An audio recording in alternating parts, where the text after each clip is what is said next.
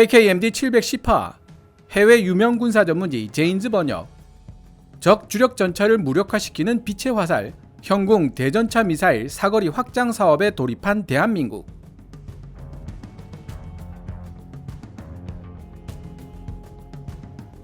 러시아 우크라이나 전쟁을 통해 세계적으로 명성을 얻은 무기 체계들 중 하나가 러시아 주력 전차들을 상대로 눈부신 전과를 올린 제블린 대전차 미사일이었습니다. 발사 후 망각, Fire and Forget 능력을 지닌 제블린은 3세대 대전차 미사일로 분류되는데요. 대한민국이 개발한 현궁 대전차 미사일도 같은 3세대 대전차 미사일 카테고리로 분류됩니다. 그런데 대한민국이 해외로 수출하고 있는 무기 체계들을 자세히 살펴보면 현궁 대전차 미사일은 보이지 않습니다. 한 발당 3억이 넘는 제블린의 3분의 1 정도에 불과할 정도로 저렴한 가격과 3세대라는 이름이 부끄럽지 않을 만큼 우수한 성능을 지니고 있는 현궁이 왜 해외로 수출되지 않고 있을까요? 오늘 소개할 세계적인 군사 전문지 제인즈가 2024년 5월 10일에 게재한 기사에 그 이유가 나와 있습니다. 먼저 이 기사를 살펴본 후 이야기를 이어나가 보도록 하겠습니다. 제인즈 기사 원문은 노란색 글자로, 제 개인적인 생각이나 역주는 하얀색 글자로 표시됩니다. LIG 넥스원 대변인은 5월 6일부터 9일까지 말레이시아 쿠알라룸푸르에서 열린 DSA 2024 전시회에서 제인즈에게 대한민국의 현궁 레이볼트 빛의 화살 대전차 유도미사일의 성능 개선 사업을 시작할 계획이라고 밝혔다. 현궁 대전차 미사일은 대한민국 국방과학연구소가 LIG 넥스원 하나에어로스페이스와 협력해 개발한 제품이다. 국방과학연구소는 성능 개선 사업을 통해 현궁 ATGM의 사정거리를 5km로 연장하는 방안을 추진하고 있다고 대변인은 말했다. 해당 대변인은 국방과학연구소는 현궁 개량 작업을 마무리하기 위해 대한민국 육군 및 해병대와 함께 논의를 계속하고 있다고 덧붙였다. 현재 대한민국 육군이 운용 중인 현궁 대전차 미사일은 최대 2.5km 떨어진 곳에 있는 목표물을 타격할 수 있다고 대변인은 전했다. 제인즈 무기영감 보병편에 따르면 대한민국 현궁은 휴대가 가능할 뿐만 아니라 발사 전 조준 LOBL, 발사 후 망각 Fire and Forget이 가능한 대전차 미사일 시스템이다.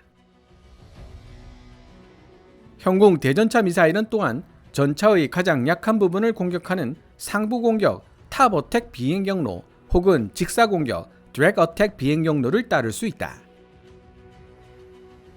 대전차 유도미사일을 발사하기 전에 미리 표적을 지정해두는 방식을 발사 전 조준 LOBL이라고 부르고, 발사 후 유도미사일에 대한 추가적인 명령을 내릴 필요 없이 미사일이 자동적으로 표적을 추정하는 방식을 발사 후 망각 Fire and Forget이라고 부릅니다. 현궁 대전차 미사일은 텐덤 방식 대전차 고폭탄두 HAT를 보유하고 있는 덕분에 폭발 반응 장갑 ERA로 보호받고 있는 900mm 두께의 아변 균질 장갑도 관통할 수 있다.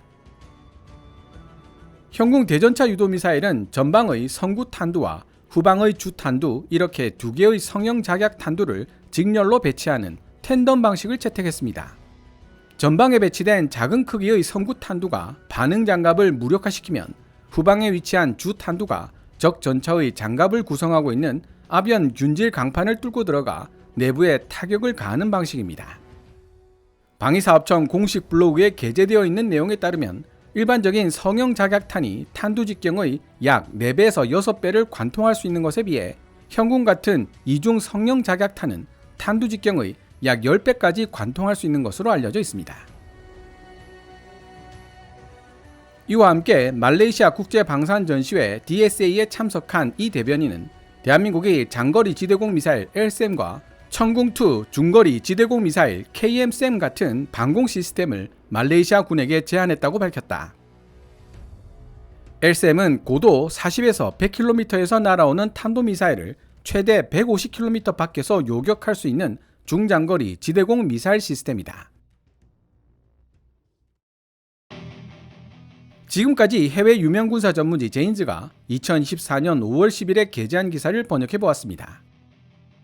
이미 눈치채셨겠지만 블락2로 불리는 개량형 현궁의 가장 큰 특징은 기존 2.5km에 불과하던 최대 사거리를 5km 가까이 연장한 데 있습니다. 그렇다면 현군과 경쟁 관계에 있는 다른 나라 3세대 대전차 미사일들의 최대 사거리는 어느 정도일까요? 신형 제블린과 이스라엘 스파이크 대전차 미사일의 최대 사거리가 4km 정도인 것으로 알려지고 있어 2.5km에 불과했던 현궁의 사거리가 해외 수출에 큰 문제가 되었을 것이라는 사실을 어렵지 않게 유추할 수 있습니다. 그렇다면 LIG 넥스원 및 하나 에어로스페이스와 협력하여 현궁을 만들어낸 국방과학연구소는 왜 현궁의 사거리를 이토록 짧게 만든 것일까요? 먼저 한반도 지형 특성상 2.5km 이상의 거리에서 현궁을 사용하여 교전할 가능성은 거의 없다는 연구 결과가 도출되었고, 둘째, 현궁의 최대 사거리를 4km 이상으로 확장하기 위해서는 상, 하, 좌우로 움직이는 미사일의 위치를 정확하게 파악할 수 있는 고가의 이축 관성 유닛 IMU가 필요하다는 문제점이 파악되었기 때문입니다. 2.5km 내외의 사거리면 충분하다는 결론이 도출되었는데 굳이 비싼 이축 관성 유닛을 탑재할 필요가 없었던 것이죠. 하지만 상황이 바뀌었습니다. 러시아 우크라이나 전쟁 이후 전차 전력을 상대할 대전차 미사일을 찾고 있는 국가들이 기하급수적으로 늘어나고 있는 데다 중국이 새롭게 개발한 대전차 미사일 HJ-12 레드 에로우가 중동에서 현궁의 잠재적 시장을 위협하고 있었던 것입니다. 현궁은 현재 사우디아라비아에 수출되어 있는 상황인데요. 국내 군사 전문지 등을 통해 사우디아라비아가 현궁의 최대 사거리 2.5km를 문제 삼는 통에 LIG 넥스원이 간단한 계량을 통해 현궁의 최대 사거리를 3km로 늘렸다는 내용도 찾을 수 있었습니다. 즉, 국방과학연구소가 현궁의 최대 사거리를 2.5km로 잡았던 것은 기술력이 부족해서가 아니라 경비를 절감하는 데 목표가 있었던 것입니다. 그러나 미국의 제블린, 이스라엘의 스파이크 같은 서방의 유명한 대전차 미사일들이 최대 사거리 4km를 확보하고 있는 상황에서 후발주자인 중국마저 저렴한 가격을 앞세운 HJ-12 레드 에로우를 앞세우는 바람에 수출용 현궁 블락2 개량 사업은 그야말로 발등에 떨어진 불이 되고 말았습니다. 그렇다면 현궁의 사거리를 얼마나 연장할 수 있을까라는 의문이 생기게 되는데요. 국내 군사 전문지를 찾아보면 LIG 넥스원은 현재 현궁 발사기 체계와 미사일 중량을 그대로 유지한 상태에서 로켓 모터를 교체하고 고가의 이축 관성 유닛을 포함한 유도 시스템의 일부를 개량함으로써 사거리를 4에서 5km로 늘릴 수 있다는 연구 결과를 도출해낸 것으로 알려지고 있습니다. 앞에서도 설명드렸듯이 국방과학연구소가 현궁을 개발할 당시 기술 수준이 떨어져서 사거리를 2.5km로 제한했던 것이 아니기 때문에 설계를 최적화한다면 충분히 사거리를 목표한 만큼 확장할 수 있다는 결론이 나왔다는 뜻이죠. 물론 로켓 모터를 교체하고 고가의 이축 관성 유닛을 도입하는 과정에서 현재 1억 3천만 원 정도인 현궁의 가격이 다소 상승할 우려는 피할 수 없을 것 같습니다. 그렇다고 하더라도 한 발당 3억이 넘는 제블린이나 스파이크 LR보다는 훨씬 저렴한 가격이 될 것이라는 사실 또한 분명하지만요. 향후 중동을 비롯한 세계 시장에서 현궁 블락2가 수출되었다는 소식을 외신으로 접하게 되는 날이 왔으면 좋겠습니다. 오늘 KKMD에서 준비한 내용은 여기까지입니다. 시청자 여러분들의 좋아요와 구독 그리고 광고 시청은 KKMD의 미래를 위한 양식이 됩니다. 후원 멤버 및 슈퍼땡스로 후원해주시는 고마운 분들의 댓글은 항상 감사한 마음으로 챙겨 읽고 있습니다.